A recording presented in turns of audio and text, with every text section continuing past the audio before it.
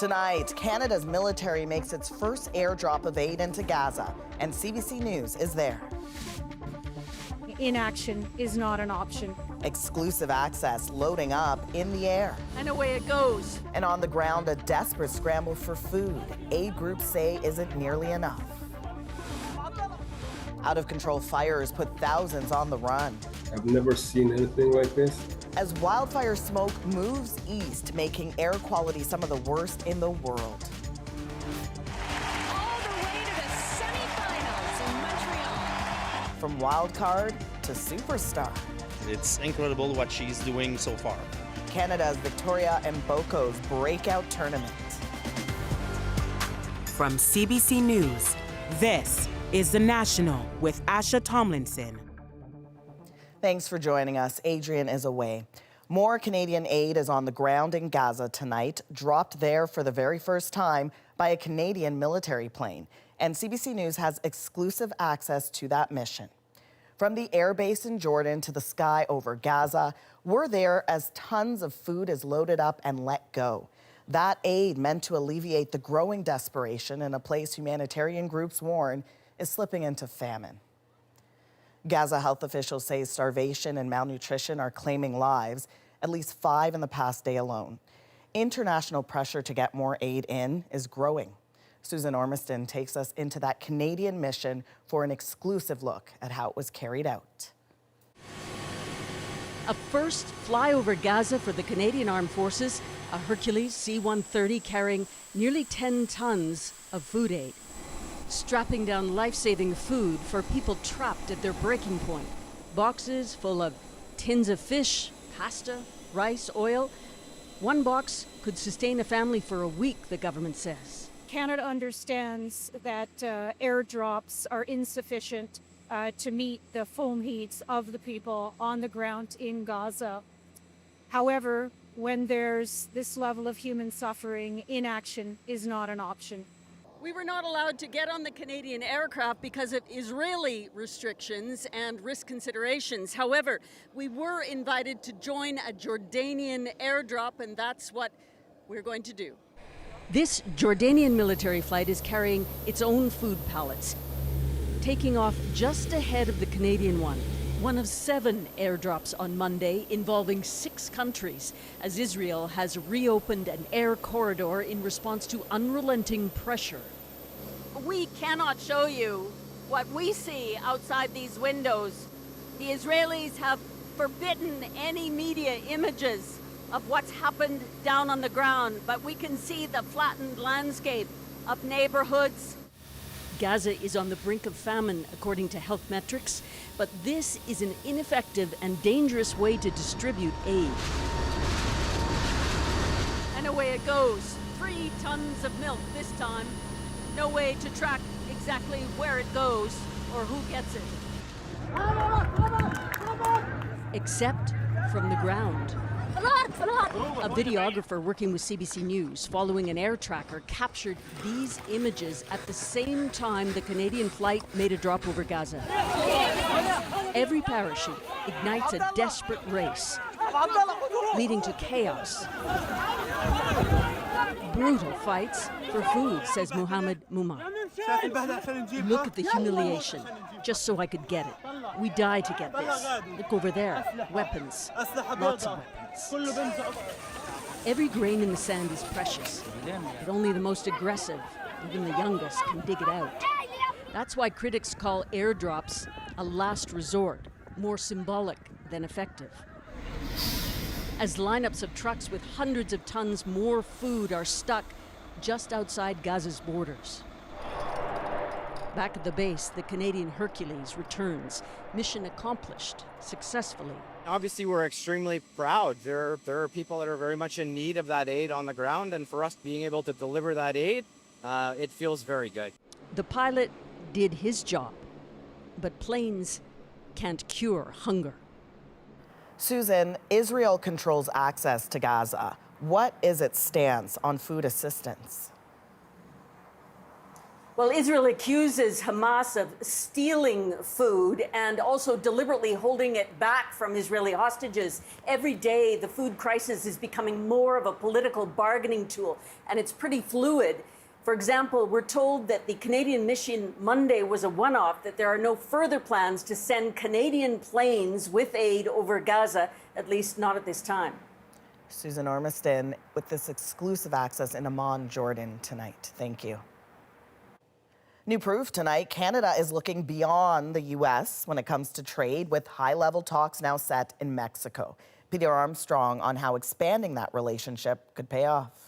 We're on our way to Mexico City. As trade talks with the U.S. stall, Ottawa is looking even further south. The finance minister and foreign affairs minister are en route to Mexico, where they're expected to meet with government officials, including the Mexican president. Looking at markets, looking at diversification, looking at strengthening our partnership with our Mexican colleagues.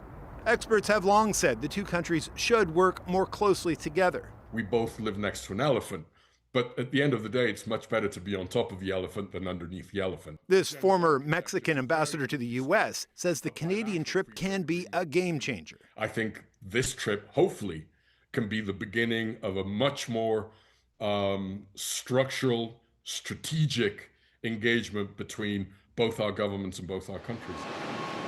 Canada currently does about $56 billion a year with Mexico, a fraction of trade with the U.S. Diversification starts right here on our continent. And when you think about it, there's a couple 100 million people living in Mexico, and we barely do any trade with them at all. Mexico's also seemingly maintained a better relationship with Donald Trump, convincing him to keep their tariffs at 25% and continue talks, while Canada faces a 35% tariff on non-CUSMA compliant goods. Meantime, if you were looking for a sign of just how top of mind Canada trade talks are in the U.S. right now, consider that Trump didn't even mention Canada on Sunday night, but did opine on this. If Sydney Sweeney is a registered Republican, I think her ad is fantastic. Okay, thank you very much, everybody. I'm not here to tell you. He's talking about a controversial jeans ad starring American actress Sydney Sweeney. U.S. officials haven't exactly been clamoring to get back to the table with Canada. If there's a way to a deal, we'll find it. And if it's not, we'll have the tariff levels that we have. So even if Mexico and Canada come to some kind of an agreement on how to deal with the United States on trade this week, the real issue will be convincing lawmakers here to pay attention. Peter Armstrong, CBC News, Washington. A new tax cut on locally produced alcohol is now in effect in Ontario, one aimed at lessening the blow of U.S. tariffs. The ready-to-drink cocktail is a canned cocktail with aluminum cans that are now getting tariffed and have doubled in price. So it almost offsets that. Rates have been slashed in half for microbrewed beer and liquor sold directly at distillery retail stores. Ontario also decreased the markup for ready-to-drink cocktails and ciders sold at provincially run liquor stores. Hundreds of active wildfires are burning right across Canada tonight. The ones marked red are deemed out of control, and western provinces seem to bear the brunt. But evacuations are happening in communities from one end of the country to the other. Ian Fraze starts us off in Newfoundland, where a cluster of communities is under a sadly familiar threat. A water bomber trying to save a town in danger. Wildfires forcing multiple communities in Newfoundland to evacuate, residents and their animals fleeing. I've only got a 4-horse trailer, so it was pretty amazing to see everybody hauling and help us out so quick. One evacuation order impacts Holyrood, and there's another at Conception Bay North. At 150 acres, that fire has grown 6 times in size since Monday morning. The mayor of the area says they've already been hit by multiple fires this summer. They're highly suspicious. I'll put it that way. They are being investigated. On the west coast, hundreds of people on Vancouver Island have escaped the Wesley Ridge fire. Hundreds more on evacuation alert. We've probably packed and unpacked and packed and unpacked 3 or 4 times now. We do have a river and a highway in between us and where the fire currently is, so it gives me maybe a false sense of security. Officials say the fire northwest of Nanaimo saw limited growth overnight, but it's still out of control. Ari Buttenham has been helping out with his tow truck. He saved one man's tiny home.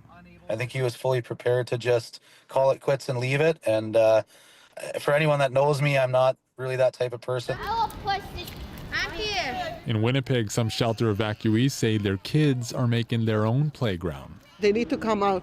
They can't be locked up in that little space forever. More than 3,000 people are leaving the Sichuacic Cree Nation. For some, it's their second evacuation in under a month. I've never seen anything like this. Continuous fires, continuous smoke, no rain. And elsewhere in Canada, like Toronto, smoke is still choking the air. Some relief is expected in the coming days. Ian Fraze, CBC News, Winnipeg. We're joined now by CBC meteorologist Johanna Wagstaff. Johanna, how will weather conditions impact the wildfires in the coming days? Well, Asha, we're seeing very different conditions across the country. The good news for both coasts is that temperatures are not extreme. That intense heat is centered in the prairies. Take a look at this. That's where the heat is, and it's the coasts that are dealing with shifting weather conditions. For the east, gusty winds are the big story, picking up as a front moves through Tuesday and Wednesday. Temperatures will actually drop through the day Tuesday before rebounding midweek. But variable winds will remain the concern for the East Coast. Out here on the west, the weather pattern begins to shift midweek, bringing a few millimeters to Vancouver Island. Not a soaking, but Asha, hopefully some help as conditions turn dry right after that. Wildfire smoke, right? It is leading to major air quality concerns. What can we expect on that front? Yeah, we continue to see some of the worst air quality on the planet this morning, especially around the Toronto area. The smoke, that source coming from the wildfires in Saskatchewan and Manitoba, and those alerts stretching right across to Newfoundland. As we head into the forecast for Tuesday and Wednesday, that big high-pressure dome bringing the heat to the prairies, that's causing the jet stream to loop smoke up and over, down across the Great Lakes. So that setup holds again tomorrow, but by midweek, the jet stream moves north. That should bring some improvement, but Asha, it's not a total clear-up. We could see lingering smoke through to the end of the week. All right, thanks for breaking it down for us. CBC meteorologist Johanna Wagstaff in Vancouver. Police in Ontario's Cottage Country are still searching for a suspect after 3 people were found dead following a shooting and house fire. 2 of them still unidentified. The big pending piece right now is the identity of those 2 deceased individuals. So I believe that alone will provide a lot of answers. Police raced to this property Friday night after reports of gunfire. They found 1 victim on the front lawn and the house in flames. 2 more people were found dead inside. A shelter-in-place order initially was put into effect, but police no longer believe there's a danger to the public. A Montreal family caught up in a police shootout last year is suing the city and the police force, alleging negligence and discrimination. We continue to learn to navigate doctor's appointments with rehabilitation, with therapy. The family said that Hussam Abdallah and his son were handcuffed after they were shot, which delayed medical treatment for nearly an hour. The 2 were in their driveway when police and a man exchanged gunfire. No charges were laid against the officers, but the suspect they were pursuing is facing a slew of charges. The family is seeking more than $6 million in damages. The Canada Border Services Agency has arrested and charged 3 alleged smugglers after police intercepted a truck carrying 44 migrants in Quebec. It happened near the town of Stansted early Sunday morning. According to RCMP, they were dehydrated and in cramped conditions. The majority were from Haiti and included children. They say they crossed the border on foot and walked until the truck picked them up. Most of the migrants have been sent to a refugee processing center. Cases of Lyme disease are rising in Canada, expected to top more than 5,000 cases last year alone. This as pop star Justin Timberlake reveals he's battling the disease. Alison Northcott looks at why cases are increasing and how you can protect yourself. As his world tour came to an end, amid criticism from some about lackluster, low-energy performances, singer Justin Timberlake revealed he'd been diagnosed with Lyme disease. Living with this can be relentlessly debilitating, he wrote on Instagram, adding he was shocked by the diagnosis, but at least I could understand why I would be on stage and in a massive amount of nerve pain or just feeling crazy fatigue or sickness. He's the latest celebrity to speak out about Lyme disease caused by a bacteria carried by some ticks. Canadian singers Shania Twain and Avril Lavigne have also spoken about their past struggles. I was in Los Angeles and it was literally the worst time of my life. It needs to be caught and treated early. This infectious disease specialist says Lyme disease appears in 3 phases, usually starting with a rash that often looks like a bullseye. It can lead to fever, chills, and joint pain, and can progress, sometimes over months if untreated. Stage 3, that's when you really have some pretty dangerous neurological involvement, or you can also have involvement of your muscles and joints. In Canada, Lyme disease cases have been climbing over the past decade. There were just over 500 in 2014. In 2024, there were more than 5,000, according to preliminary estimates. Experts say climate change is one factor, bringing ticks to regions once too cold for them. Rising temperatures and longer summers, they extend the tick season, and they keep them active, and that means biting, for more time of the year. This specialist says most cases can be treated early on with antibiotics. The faster we treat them, the easier it is for the patient and the less side effects and residual symptoms they have. With ticks spreading to more parts of the country, experts say people need to protect themselves with long clothing, bug spray with DEET, and frequent tick checks. Alison Northcott, CBC News, Montreal. Tonight, we're remembering the work of former journalist Joan Leishman. She blazed a trail at CBC News as a foreign correspondent. The common practice of putting refugee claimants in jail or detention centers like this one is a violation of international law. She established a bureau in Africa covering the Rwandan genocide and South Africa's violent transition away from apartheid. Her death was announced by PEN Canada, the writers' advocacy group that has honored Leishman for the work she did helping writers under threat in other countries. Well, she entered the National Tennis Open as a wild card, but 18-year-old Victoria Mboko has stunned the competition. She's come up so fast, so quickly. So, yeah, it makes me proud as a Canadian. A stellar run for Canada's rising tennis star. Next. Plus, Canadian scientists have identified the silent killer pushing vibrant sea stars to the brink of extinction. It almost kind of felt like we were never going to figure out what it was. How the microscopic discovery may help buffer the impacts of climate change. And later, a Texas teen unearths an 80-million-year-old reptilian predator while visiting the Canadian prairies. So I dug up an 80-million-year-old mosasaur, and all I got was this shirt. The Manitoba mosasaur makes our moment. We're back in 2.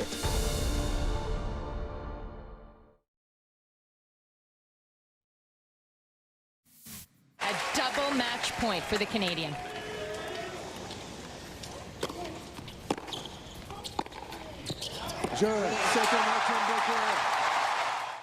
There it is. Canada's Victoria Mboko has done it again, winning her quarterfinal match in dominant fashion to advance to the semis at the National Bank Open. The 18-year-old extending her incredible run in front of an elated home crowd in Montreal. Let's go right to Sarah Levitt now, who was in the stands in Montreal tonight. Sarah, take us through what it was like inside that stadium. Asha, what an electric night in Montreal. The crowd often brought to their feet, cheering and really rallying behind Victoria Mboko for this latest win.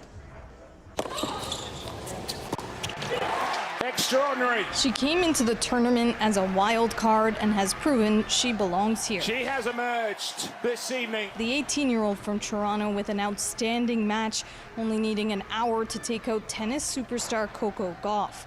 Her most high-profile win yet. I don't even know what to say still. I was kind of shocked about it all. Everything kind of came so fast. There were so many people. Mesdames et messieurs, Eugénie Bouchard. Montreal's National Bank Open started with news of Eugénie Bouchard's retirement, once the face of Canadian women's tennis. Now the attention has shifted to the future in Mboko. Thank you. Good luck. It's just the latest in a breakthrough season. This is only her 8th official Women's Tennis Association tournament, but already she's skyrocketed up the rankings. To be honest, I'm not surprised. Pierre Lamarche used to coach Mboko. When she was 12, he says they made a 6-year plan to get her in the top 100. Beating Gauff put her at 55th. from when she was 4 and started playing. She just hates losing. I mean, losing is not her DNA whatsoever. Her success at 18 shows us how resilient Canadians are. She seems very calm, very positive. Oh, that's incredible. It's incredible what she's doing so far. With this quarter-final win, Mboko has definitely exceeded expectations. No kidding. And let's go through what's next for Mboko after that win. Well, it's back on center court Wednesday for the semifinal. And you know what? She will also secure a spot in the top 50. And imagine this, last year, this time, she won $370 at a tournament. She has secured at least $200,000 with this win. That is incredible. Sarah Levin in Montreal, thank you. It was a race against time for a Maritimes community rallying to save a pod of dolphins stuck in the mud. It took a little bit of corralling because, of course, they're disoriented, they're overheating. Saving lives with just bare hands and rope. Next. Plus, it's one of the world's largest manufacturing powerhouses, yet China's thirst for oil has slowed dramatically. China has been on a quiet and increasingly visible push to become the renewable energy superpower of the world. How China's oil strategy is electrifying its economy. And also, faced with war on its doorstep and unpredictability in the White House, Europe looks to wean itself off decades of U.S. protection. This is a subject that we must fundamentally solve. It will take years to solve. France's attempt to take the lead on European security. The National breaks down the stories shaping your world next.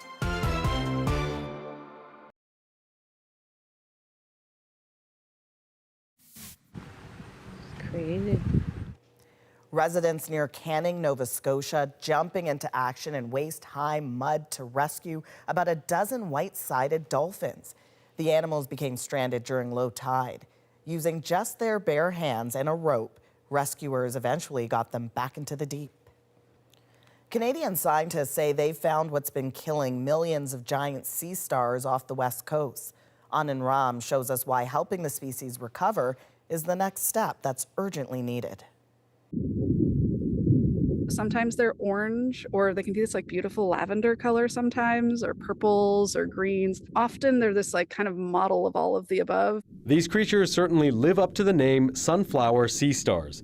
But this is what they've become. Along the west coast from Mexico to Alaska, twisted, melted puddles of death, the result of sea star wasting disease. Now, after a decade of being pushed to near extinction, for the first time, a likely cause. The agent is a bacteria.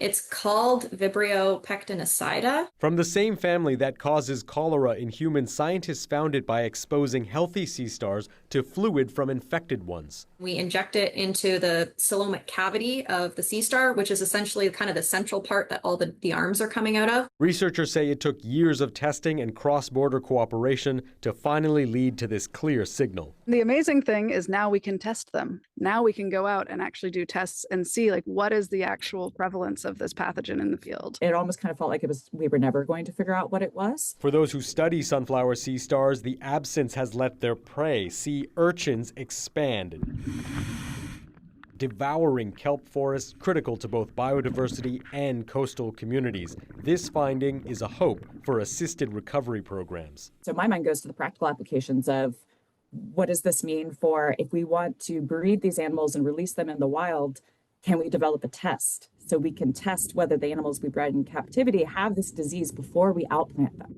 The killer, Vibrio, is said to be a barometer of climate change, thriving in warmer waters. So there's an urgency to bring back the sea stars as they help protect coastlines from storms, also supercharged by a warming world. Anand Ram, CBC News, Toronto. Now it's time to dig deeper into the stories shaping our world. With Russia's shadow looming large, Europe races to rearm, and France wants to lead the continent's military deterrence. This is a subject that we must fundamentally solve. the cost and challenges to replace Washington's security shelter. But first, China is curbing its appetite and reliance on foreign oil, fearing dependence may become a U.S. pressure point. The shipment of the crude oil can be easily disrupted by the United States. So Beijing is boosting domestic production to slow demand for imported crude. Andrew Chang, host of About That, breaks down how China is building its own crude oil war chest and why renewable energy could be key to Beijing weaning itself off imported oil. China has pulled off something of a magic trick when it comes to oil independence. Hundreds of millions of people have moved from the countryside to the city, and they are making things. More than just t-shirts, toys, and tables. They're making semiconductors and solar panels, new port facilities, highways, railways, pipelines, fiber optic networks. But follow the oil. Like any explosively growing economy, here's how much crude oil China imported over roughly that same period of time. This is as expected, because when you're building factories, infrastructure, entire cities, you need what oil gives you, which is fuel, plastic, chemicals, even the roads that gas-burning cars are driving on. But here's the magic trick. The last 5 or so years, crude oil imports leveling off, even dropping in some years. How'd they do that? How did they reduce their dependence on the lifeblood of modern industry, the thing America produces more of than any other country? So for the last 12, 15 years, certainly, China has been on a quiet and increasingly visible push to become the renewable energy superpower of the world. China is the world's #1 importer of crude oil, about 11 million barrels of oil a day, which is most of the roughly 14, 15 million barrels of oil it uses a day. But over time, China began to acknowledge the possibility, the threat, that if the US decided one day it wanted to harm China, it could choke off its supply. Because while you can move oil by rail and you can move it by pipeline, most oil is delivered by ship in giant tankers. China actually gets 90% of its crude oil this way, and that is a strategic vulnerability.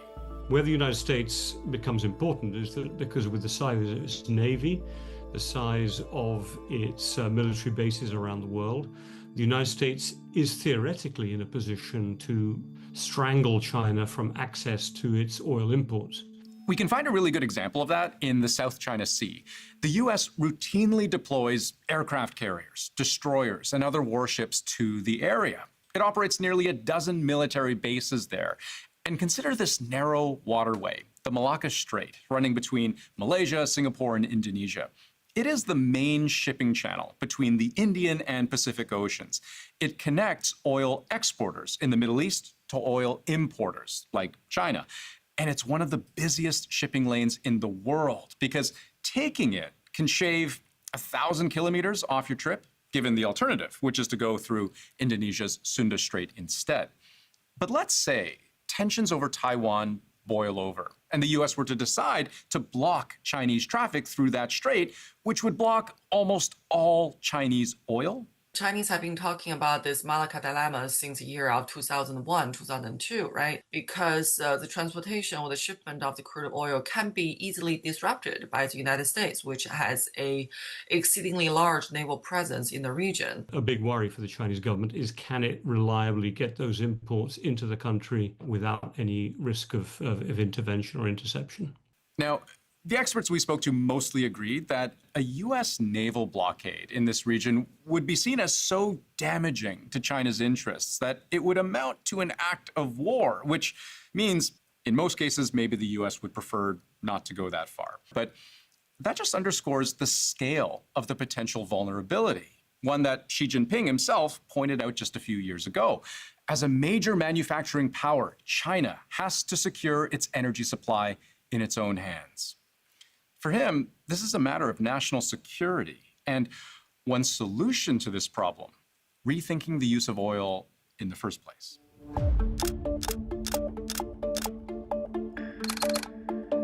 With crude oil, you can make all kinds of things.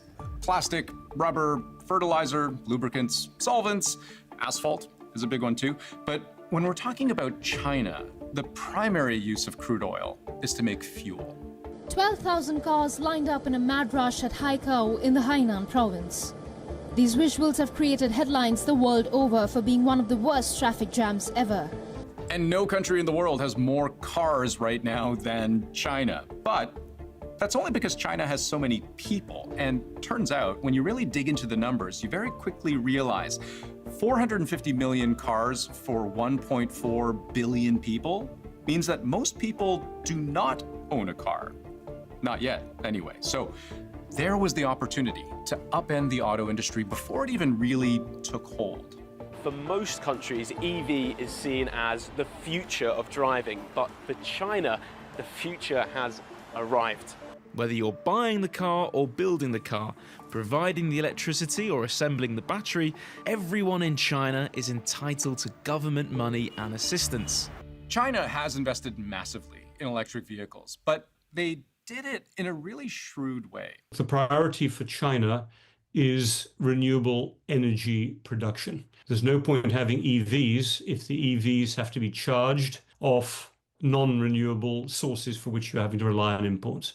So the EV strategy has followed, not preempted, the renewable energy investment strategy. Yes, and I can show you 60 years of Chinese energy consumption in one simple graph to make this point.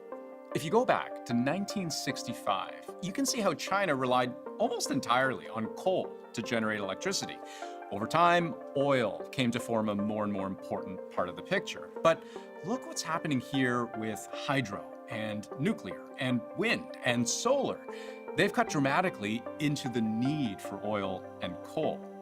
Today, China generates more wind and solar power than anybody. And just to give you a glimpse into what went into achieving that, with wind, for example, the magnets that help convert spin into electricity, those are made using rare earth elements for which China controls roughly 60 to 70% of worldwide production.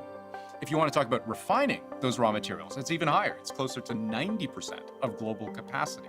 China has gone to great lengths to insulate its supply chain from outside interference. China thought strongly right at the beginning, let's build the supply chain for the energy, then let's get the renewable energy construction going, and then let's move over to the EV capability. It's been intelligently sequenced.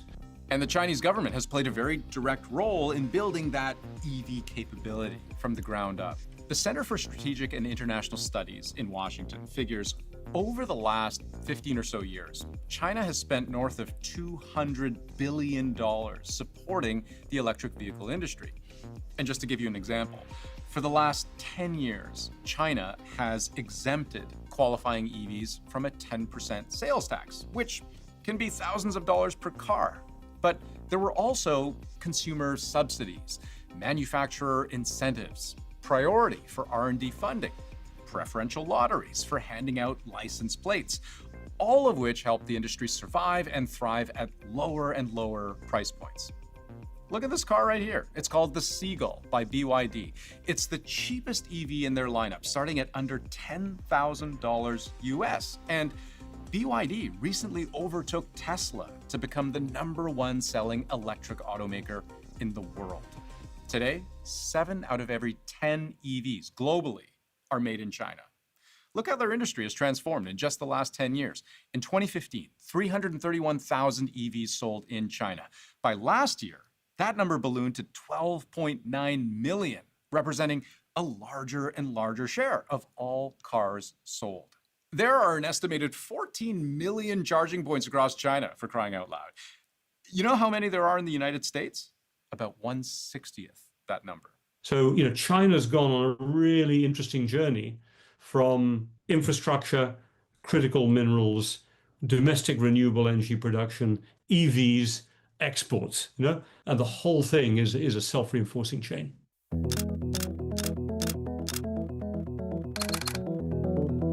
As China builds out its EV industry, it has also worked to undermine America's authority in the global oil trade, circumventing it where they can. Despite a raft of sanctions, Russia has continued shipping and selling its crude oil to the world. It's estimated more than a fifth of China's oil imports last year was sanctioned oil, as in oil from countries that the U.S. tries to block. From Venezuela, an estimated 268,000 barrels per day.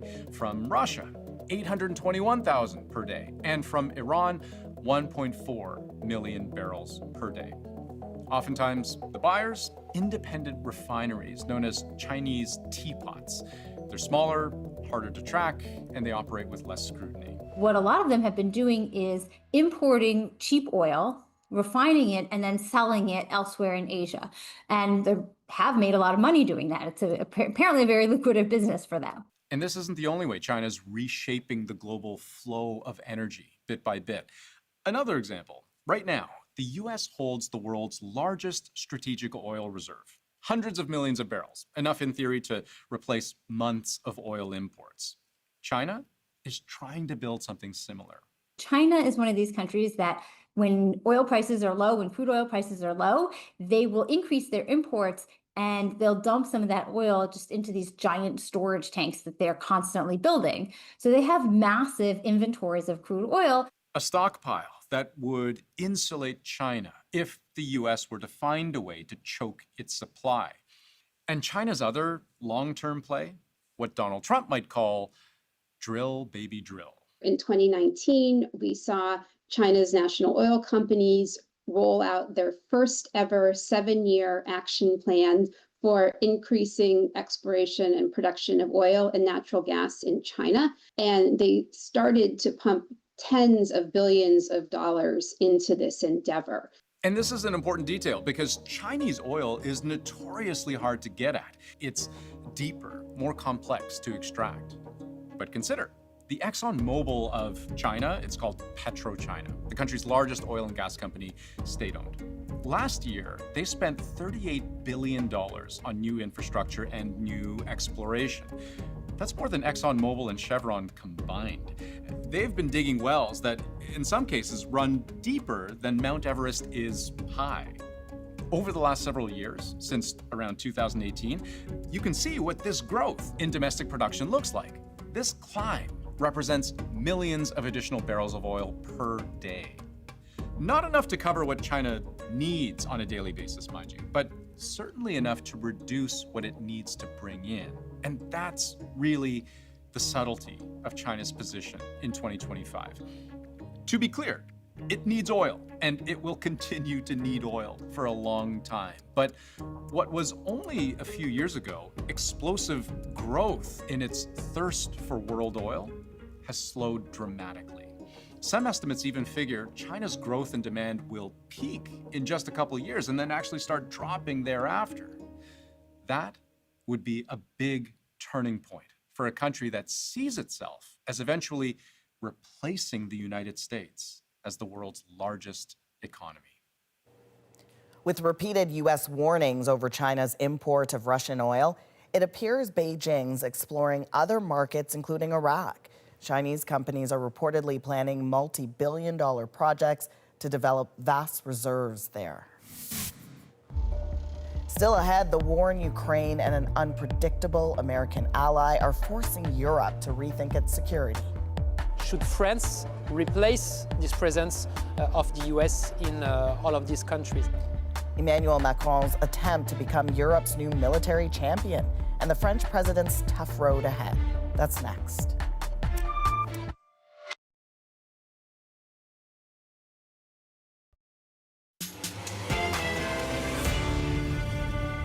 A U.S. nuclear umbrella has sheltered Europe for decades, but with a shift in Washington's rhetoric, Paris has proposed a change. To build some sort of a European compass regarding our defense and geostrategy. But there are gaps between Emmanuel Macron's desire and Europe's defense. Chris Brown explains the task facing Paris as it seeks to replace Washington as Europe's defender. France's President Emmanuel Macron wants to become Europe's new military champion and replace the United States. But it's going to be pretty hard. France has plenty of strengths, an army of more than 200,000 active soldiers, lots of fighter jets, an aircraft carrier, and nuclear-powered submarines. And crucially, it also has an arsenal of nuclear weapons that France alone controls. But while that may be a lot for one country, it's hardly enough for all of Europe. So to build up a continent-wide deterrent, Macron and his party need other EU countries on side. Our vision is to invest way more in our national budgets on defense, to buy European and from European defense industries, and to build some sort of a European compass regarding our defense and geostrategy. It isn't just about money, of course. Neither France nor any other single European country has the factories, the workers, or the technology to do it all alone. And one of the biggest changes and challenges is that rather than having an American nuclear umbrella protecting Europe's 30 current NATO members, it could be France's president with his or her finger on the button. So now the question is, if the US decides to withdraw from the EU, you have today nuclear missiles from the US positioned in many European countries. If they decide to withdraw, should France replace this presence of the US in all of these countries? And is it even able to? Compared to Russia, France's nuclear arsenal is small, believed to include a few hundred warheads, the same for Britain. Russia, meanwhile, has over 4,000. But probably even more important than the actual number of warheads is whether both allies and adversaries believe France's president would actually be prepared to use them to protect a European ally. Nobody knows if one day Macron would push the button because the Baltic states are invaded. So this is a subject that we must fundamentally solve. It will take years to solve. President Macron has already announced France will move some of its nuclear-capable aircraft closer to Germany, and it's starting talks with Poland on what role France's nuclear weapons might play there.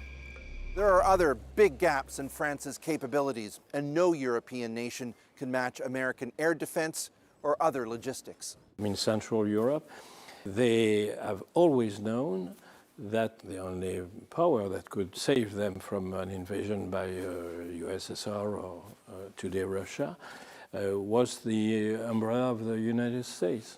Macron's other big challenge may simply be to convince his neighbors that his ambition to lead the continent will be shared by the next French president who takes over when his term ends in 2 years. And moving quickly on all of this is important. Some intelligence agencies believe an emboldened Vladimir Putin could be ready to test a weakened Europe in less than 5 years. Despite the headwinds Chris mentioned, in June, European countries, many of whom are NATO members, pledged to start spending up to 5% on defense by 2035. Up next, a teenager unearths an 80-million-year-old reptile fossil. I dug up an 80-million-year-old mosasaur and all I got was this shirt. How the teen and his granddad found this ancient mosasaur in our moment.